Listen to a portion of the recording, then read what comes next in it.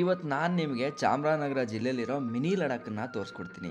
ಯಾಕೆ ಹಿಂಗೆ ಹೇಳ್ತಾ ಇದ್ದೀನಿ ಅಂತಂದರೆ ನಮ್ಮೂರಿನ ರೋಡ್ಗಳ ಕಂಡೀಷನ್ ಆ ಥರ ಇದೆ.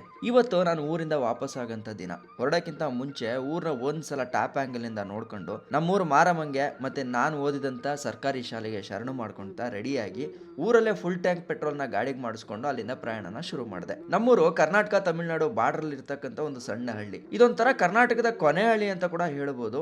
ಮೂಲ ಸೌಕರ್ಯಗಳಿಲ್ಲದೆ ಇನ್ನೂ ಕೂಡ ತೊಂದರೆ ಅನುಭವಿಸ್ತಾ ಇರಬೇಕಾದ್ರೆ ನಮ್ಮ ಪಕ್ಕದ ಹಳ್ಳಿ ಮಾಟಹಳ್ಳಿನಲ್ಲಿ ರಿಟೈರ್ಡ್ ಆಗಿರೋ ಮಿಲಿಟರಿ ಪರ್ಸನ್ಸ್ ಗಳೆಲ್ಲರೂ ಕೂಡ ಸೇರ್ಕೊಂಡು ಸೈನಿಕ್ ಟ್ರೈನಿಂಗ್ ಅಕಾಡೆಮಿನ ತರದು ಮಿಲಿಟರಿ ಸೇರ್ಬೇಕು ಅಂತ ಅನ್ಕೊಂಡಿರೋ ಹುಡುಗರುಗಳಿಗೆ ಫ್ರೀ ಆಗಿ ಟ್ರೈನಿಂಗ್ ನ ಕೊಡ್ತಿದ್ರಂತೆ.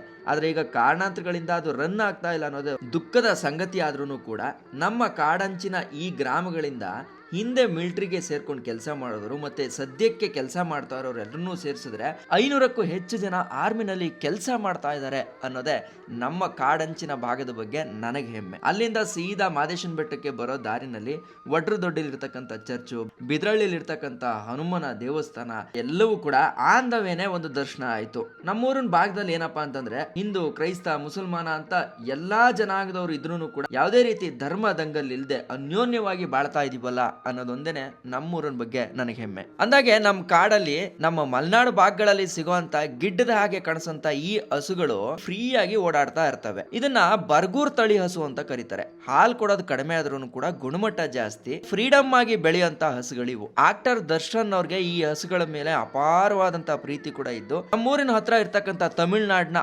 ಅಂದಿಯೂರಲ್ಲಿ ಒಂದು ಜಾತ್ರೆ ನಡೆಯುತ್ತೆ. ಹಸುಗೆ ಅಂತ ನಡೆಯುವಂತ ಆ ಜಾತ್ರೆಗೆ ಪ್ರತಿ ವರ್ಷ ದರ್ಶನ್ ಅವರು ಕೂಡ ಹೋಗ್ತಾರೆ ಅನ್ನೋದು ಹೆಮ್ಮೆಯ ಸಂಗತಿ. ಆಲ್ಮೋಸ್ಟ್ ಈ ಊರಿನ ಎಂಡಿಗೆ ಬರ್ತಾ ಇದ್ದಂಗೆನೆ ಮಿನಿ ಲಡಾಖ್ ಮುಗಿಯುತ್ತೆ. ಅದಾದ್ಮೇಲೆ ಮಲೆಮಹದೇಶ್ವರ ಬೆಟ್ಟ ದರ್ಶನ ಮಾಡ್ತೀನಿ. ಅದನ್ನ ನೆಕ್ಸ್ಟ್ ವಿಡಿಯೋದಲ್ಲಿ ಅಪ್ಡೇಟ್ ಮಾಡ್ತೀನಿ. ಇಷ್ಟ ಹೇಳ್ತಾ ನಾನು ನಿಮ್ಮ ಕಿತ್ತಳೆ ಕಿರಣ್. ಜೈ ಹಿಂದ್, ಜೈ ಕರ್ನಾಟಕ ಮಾತೆ.